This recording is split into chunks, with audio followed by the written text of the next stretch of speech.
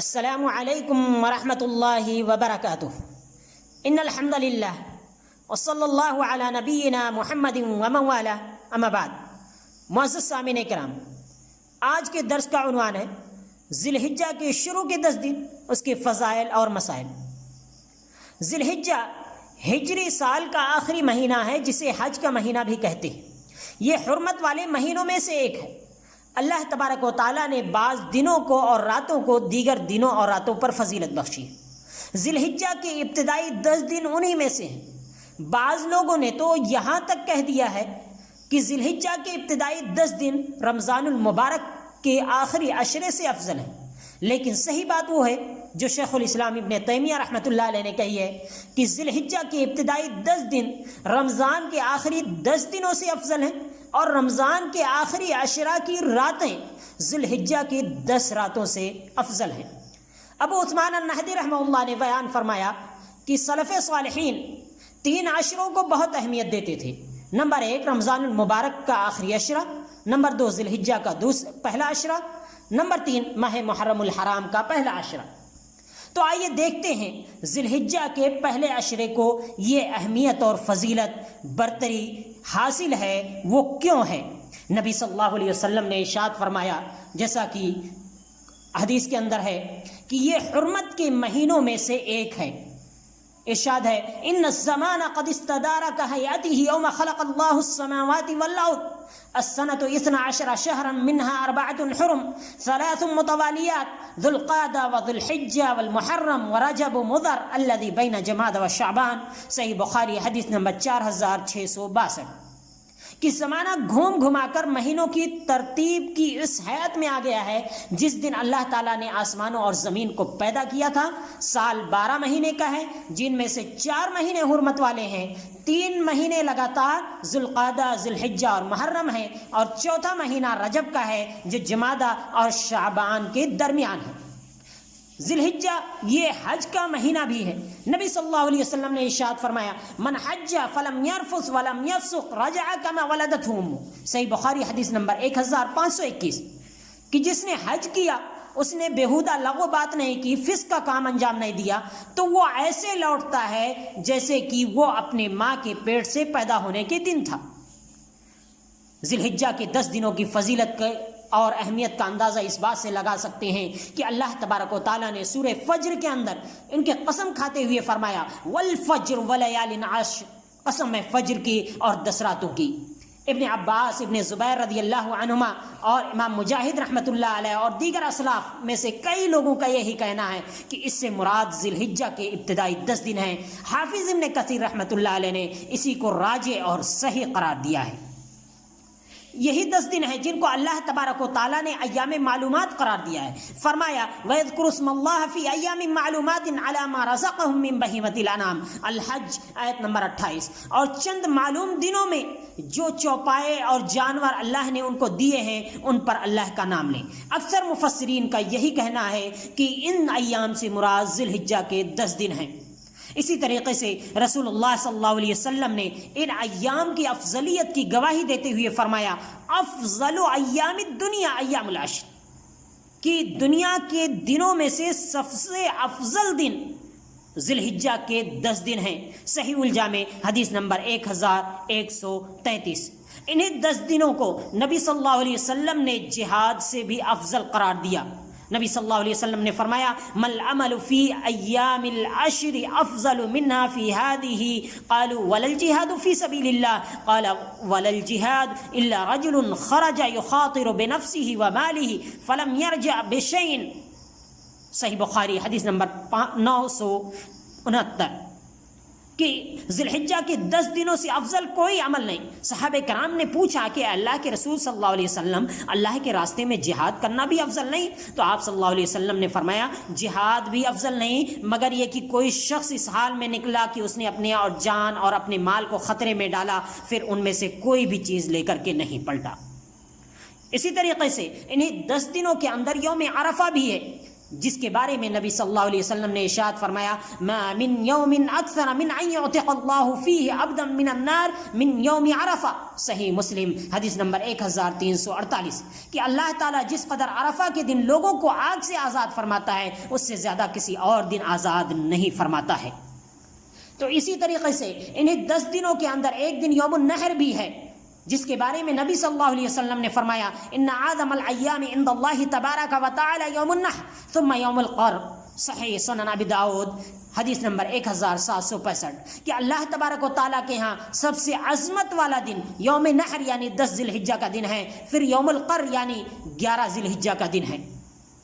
انہی 10 دنوں کے اندر جو اہم عبادتیں ہیں وہ انجام دی جاتی ہیں، نماز، روزہ، حج، عمرہ، صدقہ، خیرات وغیرہ وغیرہ۔ حافظ ابن حجر رحمۃ اللہ علیہ فرماتے ہیں ظاہری طور پر عشرے ذی الحجہ کی فضیلت اور اہمیت کا سبب یہی معلوم ہوتا ہے کہ ان میں بڑی بڑی عبادتیں جمع ہو جاتی ہیں، یعنی نماز، روزہ، صدقہ اور حج وغیرہ۔ ان کے علاوہ دیگر ایام میں ایسا نہیں ہوتا ہے۔ جب ان ایام کی یہ فضیلت، اہمیت اور برتری ہے تو آئیے ہمیں بھی ہونا چاہیے کہ ان کون سے اعمال انجام دیں جن کی وجہ سے اللہ تعالیٰ راضی اور خوش ہو، اور رسول اکرم صلی اللہ علیہ وسلم نے اس بارے میں ہمیں کیا ہدایت اور رہنمائی فرمائی ہے۔ تو یاد رکھیں ان 10 دنوں کے اندر زیادہ سے زیادہ ذکر و اذکار کریں، اللہ تبارک و تعالیٰ کو یاد کریں، کیونکہ نبی صلی اللہ علیہ وسلم نے فرمایا ما من ایام اعظم عند اللہ سبحانہ ولا احب الیہ العمل فیہن من هذه الایام العشر فاکثروا فیہن من التہلیل والتکبیر والتحمید، مسند احمد حدیث نمبر 5446۔ شیخ احمد شاکر رحمۃ اللہ علیہ نے اس حدیث کو صحیح قرار دیا ہے۔ تو آپ نے فرمایا کہ عشرہ ذی الحجہ سے بڑھ کر اللہ سبحانہ تعالیٰ کے نزدیک اور کوئی دن نہیں ہے، اور ان دنوں کے اعمال جیسے اللہ کو کوئی کسی اور دن کے اعمال پیارے نہیں ہیں، لہذا ان دنوں میں لا الہ الا اللہ، اللہ اکبر، الحمدللہ کثرت سے پڑھنا چاہیے، یعنی تکبیر، تحلیل اور تحمید کرتے رہنا چاہیے۔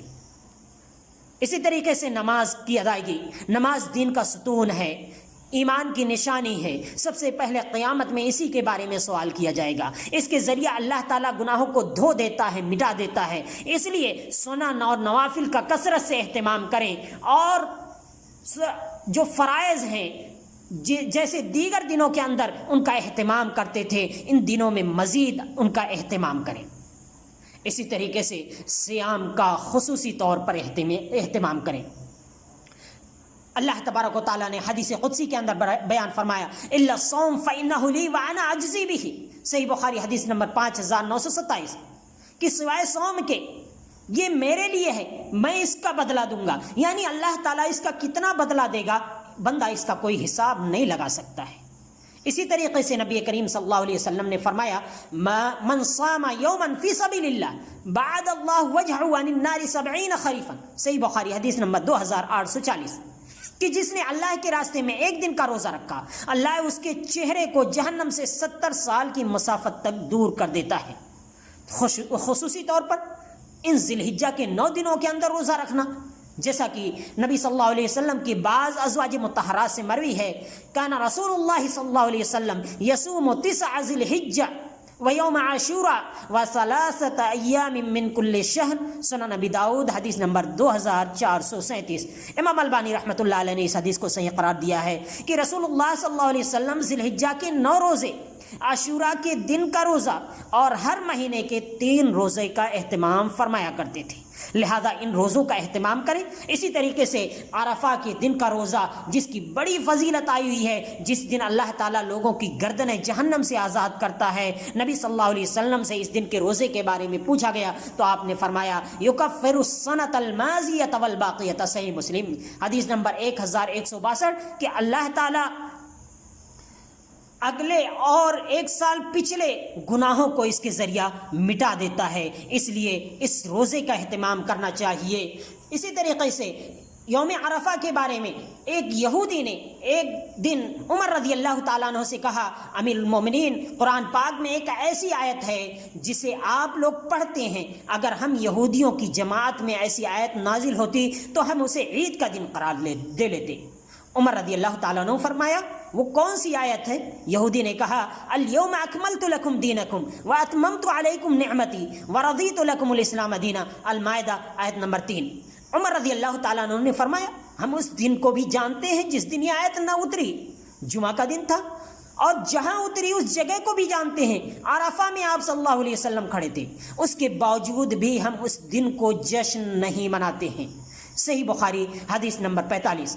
اسی طریقے سے حج و عمرہ کی بھی ادائیگی جس کے ذریعہ اللہ تبارک و تعالیٰ گناہوں کو مٹاتا ہے۔ نبی صلی اللہ علیہ وسلم نے ارشاد فرمایا العمرۃ الی العمرۃ کفارۃ لما بینہما والحج المبرور لیس لہ جزاء الا الجنہ، صحیح بخاری حدیث نمبر 1773، کہ ایک عمرہ دوسرے عمرہ تک کے گناہوں کا کفارہ ہے اور حج مقبول کا ثواب جنت کے علاوہ کچھ بھی نہیں ہے۔ اسی طریقے سے دعاؤں کا اہتمام کرنا چاہیے، خصوصی طور پر عرفہ کے دن دعاؤں کا اہتمام کرنا چاہیے جس دن اللہ تبارک و تعالیٰ لوگوں کی گردنوں کو جہنم سے آزاد کرتا ہے۔ اسی طریقے سے قیام اللیل کا اہتمام کرنا چاہیے، قیام اللیل اللہ تبارک و تعالیٰ کو یاد کرنا چاہیے، ذکر و اذکار کرتے ہوئے رہنا چاہیے۔ سعید بن جبیر رحمہ اللہ فرماتے ہیں لا تطفئوا سرجکم لیالی العشر، یعنی عشرہ ذی الحجہ کی راتوں میں اپنے چراغ مت بجھایا کرو، یعنی ان راتوں میں جاگا کرو اور اللہ تعالیٰ کی عبادت کیا کرو۔ یہ ہمارے اسلاف تھے جو ایسا کرتے تھے، ہمیں بھی ان کے نقش قدم پر چلتے رہنا چاہیے۔ اسی طریقے سے تکبیرات کا بھی اہتمام اس عشرے میں کرنا چاہیے، اور خوب بازاروں میں، دکانوں میں، مکانوں میں، تنہائی میں، بھیڑ میں، ہر جگہ کرنا چاہیے۔ ابن عمر رضی اللہ تعالیٰ عنہما، ابو ہریرہ رضی اللہ تعالیٰ عنہ ان 10 دنوں کے اندر بازار میں نکل جاتے تھے، بلند آواز میں تکبیرات پکارتے، بازار والے سن کر کے ان سے سیکھتے اور یہ آواز تکبیرات کی بلند کرتے۔ یہ حدیث صحیح بخاری کے اندر معلقاً جزم کے صیغے کے ساتھ مروی ہے اور صحیح سند کے ساتھ موجود ہے، لہذا اس عشرے میں تکبیرات کا اہتمام کرنا چاہیے۔ اور ذی الحجہ کا چاند نظر آنے کے بعد سے شروع ہوتی ہیں یہ تکبیریں اور ایام تشریق کے آخری دن تک یہ جاری رہتی ہیں، لہذا ان تکبیرات کا اہتمام کرتے رہنا چاہیے۔ اسی طریقے سے یوم عرفہ کی فجر کی نماز کے بعد سے لے کر کے ایام تشریق کے آخری دن یعنی عصر کی نماز تک ہر نماز کے بعد بھی تکبیرات پکارتے رہنا چاہیے۔ اور تکبیرات کے جو کلمات صحابہ کرام کے ذریعہ ہم تک پہنچے ہیں وہ ان میں سے کچھ یہ ہیں: اللہ اکبر، اللہ اکبر، اللہ اکبر، لا الہ الا اللہ، واللہ اکبر، اللہ اکبر وللہ الحمد۔ اسی طریقے سے اللہ اکبر، اللہ اکبر، اللہ اکبر کبیرہ، اور بھی دیگر صیغے مروی ہیں۔ اسی میں قربانی کا عمل بھی انجام پاتا ہے، نہایت ہی اہم عمل ہے اور یہ ابراہیم علیہ السلام کی سنت ہے، اس لیے اس کا اہتمام کرنا چاہیے اور خیال رہنا چاہیے۔ اور رسول اکرم صلی اللہ علیہ وسلم نے ارشاد فرمایا اذا رأيتم ہلال ذی الحجہ واراد احدکم ان یضحی فلیمسک عن شعرہ واظفارہ، کہ جب تم میں سے کوئی شخص ذی الحجہ کا چاند دیکھ لے اور وہ قربانی کرنا چاہتا ہے تو اپنے بال اور ناخن نہ تراشے۔ صحیح مسلم حدیث نمبر 1977۔ لہذا اس بات کا خیال رکھیں۔ اور ایک اشکال جو اما عائشہ صدیقہ رضی اللہ تعالیٰ عنہ کی حدیث سے پیدا ہوتا ہے، آپ نے فرمایا ما رأیت النبی صلی اللہ علیہ وسلم صائما فی العشر قط، صحیح مسلم حدیث نمبر 1176، کہ میں نے نبی صلی اللہ علیہ وسلم کو 10 دنوں کے اندر روزہ رکھتے ہوئے نہیں دیکھا۔ تو اس سے پہلے جو حدیثیں گزری ہیں کہ آپ 9 دنوں کے اندر روزہ رکھتے تھے، آپ نے عرفہ کے دن روزہ رکھنے کا حکم دیا، اس سے لگتا ہے کہ دونوں حدیثیں ایک دوسرے کے مخالف ہیں۔ ایسا نہیں ہے، بلکہ اما عائشہ رضی اللہ تعالیٰ عنہ کے کہنے کا مطلب یہ ہے کہ پورے 10 دن روزے نہیں رکھتے تھے، یعنی بعض دنوں میں روزے رکھتے تھے اور بعض دنوں میں نہیں رکھتے تھے۔